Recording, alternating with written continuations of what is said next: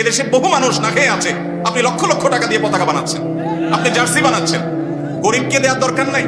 ওই টাকা দিয়ে আপনার মায়ের জন্য একটা আইসক্রিম কিনে নিয়ে যান, বোনের জন্য একটা কাপড় কিনে নিয়ে যান, জামা কিনে নিয়ে যান, নিজের জন্য কিনে নিয়ে যান। নিজের বাপের জীবনে একটা সুতা কিনে দিতে মনে চাই নাই, বাপের টাকাই জমায় জমায় বাপকে একটা গিফট কোনোদিন দেন নাই। আপনি কোথাকার কোন অমুসলমানের জন্য, কাফিরের জন্য, মুশরিকের জন্য, আল্লাহ দুশমনের জন্য আপনি টাকা দিয়া জামা কিনছেন, জার্সি কিনছেন, পতাকা কিনছেন। আল্লাহর কাছে জবাব দিয়ে করা লাগবে না এগুলো?